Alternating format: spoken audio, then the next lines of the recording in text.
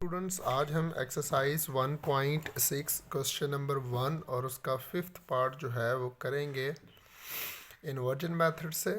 हमारे पास दो equations given है। सबसे पहले हम इन इक्वेशंस को मैट्रिक्स फॉर्म में लिखेंगे। उसके लिए आप तीन मैट्रिक्स बना लेंगे। सबसे पहले ए मैट्रिक्स और साथ एक बी मैट्रिक्स और साथ एक्स मैट्रिक्स।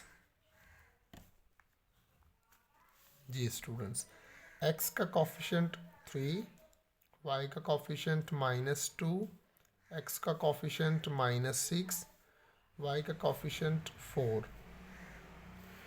बी मैट्रिक्स की जगह पे आपके पास कांस्टेंट जो वैल्यूज़ गिवन है 4 एंड 7 ये आ जाएंगी, और x की जगह पे जो वेरिएबल हैं x और y ये आ जाएंगे। इनकी सीक्वेंस से कोई फ़र्क नहीं पड़ता, आप ए लिखें उसके बाद x लिख लें, b लिख लें, इस तरह से कोई इशू नहीं है।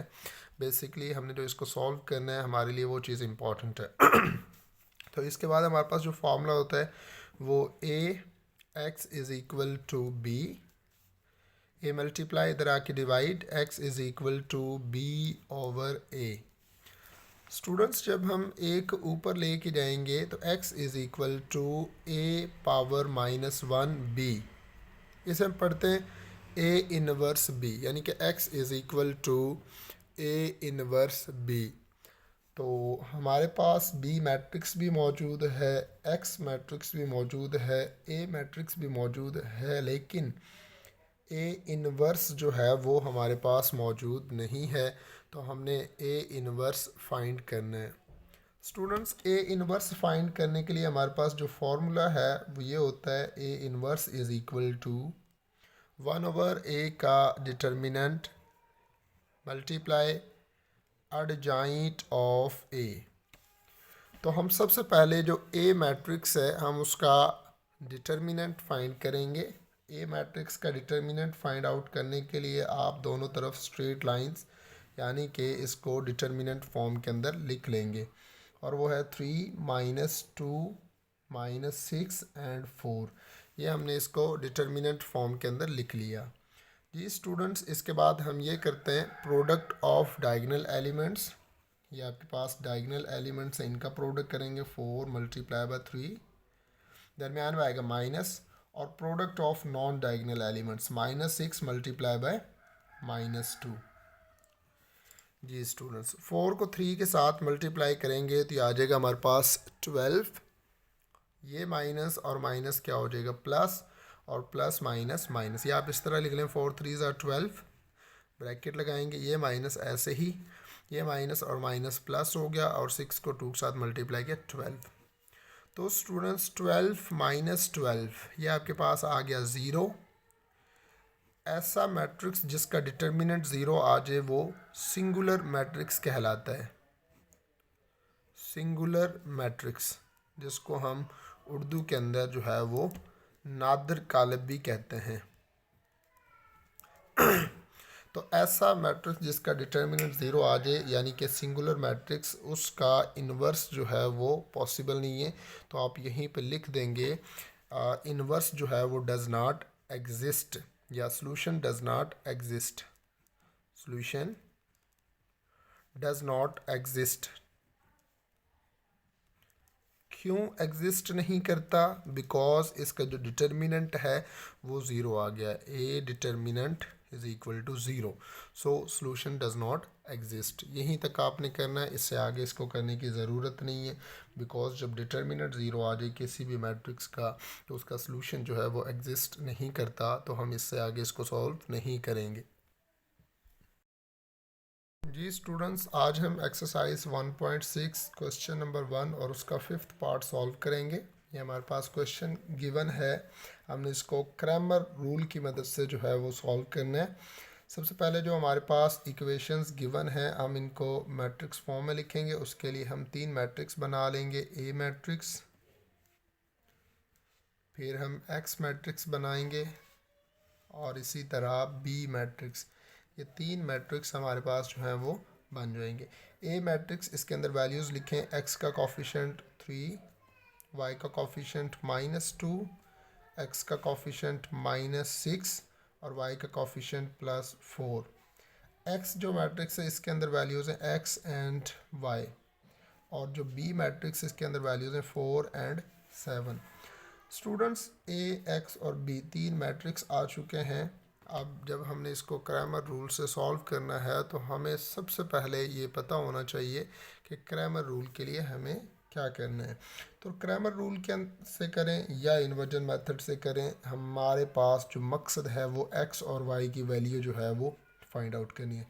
एक्स की वैल्यू फाइंड करने के लिए हमारे पास जो मेथड है वो ए एक्स का डिटर्मिनेंट ओवर ए का डिटर्मिनेंट। इसी तरह y की वैल्यू जो हमने फाइंड करनी है उसके लिए हमें ए वाई का डिटर्मिनेंट ओवर ए का डिटर्मिनेंट ये हमें चाहिए होता है। स्टूडेंट्स सबसे पहले हम ए एक्स मैट्रिक्स बनाएंगे कि ए एक्स मैट्रिक्स कैसे बन सकता है। जब हम ए एक्स मैट्रिक्स बनाते हैं तो आपने ये करना होता है, ये आपके पास x का कॉफिशेंट है 3 और ये x का कॉफिशेंट है -6, y का कॉफिशेंट -2, y का कॉफिशेंट 4। तो स्टूडेंट्स एक्स के जो कॉफिशेंट हैं वो आपने नहीं लिखने ए एक्स के अंदर, आपने ये y के कॉफिशेंट यानी कि -2 एंड 4 लिख देने, और x के कॉफिशेंट की जगह पे ये b मैट्रिक्स की जो वैल्यूज़ हैं 4 एंड 7 वो लिखनी है। इसी तरह जब हम y matrix A Y matrix बनाएंगे तो उसके अंदर हम y के कॉफिशेंट नहीं लिखेंगे, x के कॉफिशेंट एज इट इज़ लिख देंगे 3 एंड -6, और y के कॉफिशेंट की जगह पे ये b मैट्रिक्स की जो वैल्यूज़ हैं ये आपने लिखनी है। क्रैमर रूल के अंदर सिर्फ ये मैट्रिक्स बनाना ही मुश्किल है, बाकी इसके अलावा बाकी तमाम चीज़ें इंतहाई आसान हैं। डिटर्मिनेंट फाइंड करना है, हम बहुत दफ़ा डिटर्मिनेंट फाइंड करना सीख चुके हैं, तो वो फिंगर टिप्स के ऊपर है। तो सिर्फ आपने ये ए एक्स और ए वाई जो मैट्रिक्स बनाने हैं ये थोड़े मुश्किल हैं, भूल जाते हैं स्टूडेंट्स, तो इनको आपने याद रखना है। जब ये बन जाते हैं तो फिर आपके पास डिटर्मिनेंट फाइंड करना आसान हो जाता है। जी स्टूडेंट्स, हमारे पास जो ए एक्स मैट्रिक्स बन गया, हम इसका डिटर्मिनेंट फाइंड करेंगे। उसके लिए हमें इसके स्ट्रेट लाइंस लगाएंगे, इधर भी स्ट्रेट लाइंस लगाएंगे 4 -2 7 एंड 4। स्ट्रेट लाइंस लगाने के बाद प्रोडक्ट ऑफ डायगोनल एलिमेंट्स यानी कि 4 × 4, दरमियान में minus product of non diagonal element 7 × -2। Students 4 को 4 के साथ मल्टीप्लाई करें 16, माइनस और माइनस प्लस 7 को 2 के साथ मल्टीप्लाई करें 14। 16 + 14 ये आपके पास हो जाएगा 30, और ये हमारे पास आ गया ए एक्स का डिटर्मिनेंट। इसी तरह जब हम ए वाई का डिटर्मिनेंट फाइंड आउट करेंगे तो हम लिखेंगे ए वाई, और इसका डिटर्मिनेंट के लिए स्ट्रेट लाइन, और इधर भी हम क्या करेंगे स्ट्रेट लाइन 3 4 -6 एंड 7। जी स्टूडेंट्स, हम इसका डिटर्मिनेंट फाइंड करें। डिटर्मिनेंट फाइंड करने के लिए हमारे पास वही मेथड है, प्रोडक्ट ऑफ डायगोनल एलिमेंट्स यानी कि 7 × 3, दरमियान में minus product of non diagonal elements -6 × 4। जी स्टूडेंट, 7 को 3 के साथ मल्टीप्लाई करेंगे तो 21, माइनस माइनस प्लस 6 को 4 के साथ मल्टीप्लाई करेंगे 24। इनको हम ऐड करेंगे और ये हमारे पास 45 आ जाएगा ए वाई का डिटर्मिनेंट।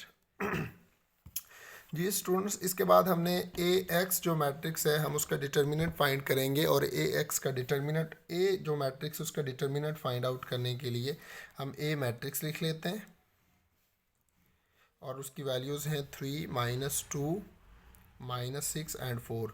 और इसका डिटर्मिनेंट फाइंड करने के लिए आप दोनों तरफ स्ट्रेट लाइंस लगाएं, प्रोडक्ट ऑफ डायगोनल एलिमेंट्स यानी कि 4 × 3, दरमियान में minus product of non diagonal 6 × -2। 4 को 3 के साथ मल्टीप्लाई करेंगे 12 आ जाएगा, ये माइनस और माइनस प्लस, और प्लस माइनस -12, ये आपके पास आ गया 0।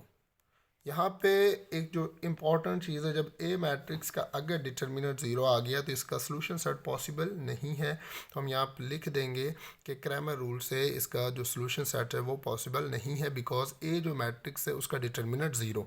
अब इसकी मैं रीज़न्स भी आपको बता दूंगा। जैसे हमने करना होता है एक्स की वैल्यू फाइंड करनी है, उसके लिए हमें ए एक्स का डिटर्मिनेंट जो है वो चाहिए ओवर ए का डिटर्मिनेंट चाहिए। ए एक्स का डिटर्मिनेंट हमारे पास है 30, ए का डिटर्मिनेंट 0। जब हम डिनोमिनेटर के अंदर 0 पुट करते हैं, जब हम बटे के अंदर 0 लिखते हैं, तो ये हमारे पास इन्फिनिटी आ जाता है, जिसको हम अनडिफाइंड कहते हैं। तो यानी कि एक्स का solution set does not exist. इसी तरह जब हम वाई की वैल्यू फाइंड करेंगे, Y is equal to A Y इसका डिटर्मिनेंट ओवर ए का डिटर्मिनेंट, तो ए वाई का डिटर्मिनेंट हमारे पास है 45 और ए का डिटर्मिनेंट 0, तो इसका भी सोल्यूशन सेट जो है वो पॉसिबल नहीं है। तो हम लिख देंगे कि इसका जो सोल्यूशन सेट है वो एम्प्टी सेट है, खाली सेट है, इसका सोल्यूशन सेट पॉसिबल नहीं है। तो ये हमने क्रैमर रूल के ज़रिए क्वेश्चन नंबर 1 का 5th पार्ट जो है वो सॉल्व कर लिया है। अगर आपको कहीं से समझ ना आए तो आप जो है वो कमेंट्स बॉक्स के अंदर पूछ सकते हैं। अल्लाह हाफिज़।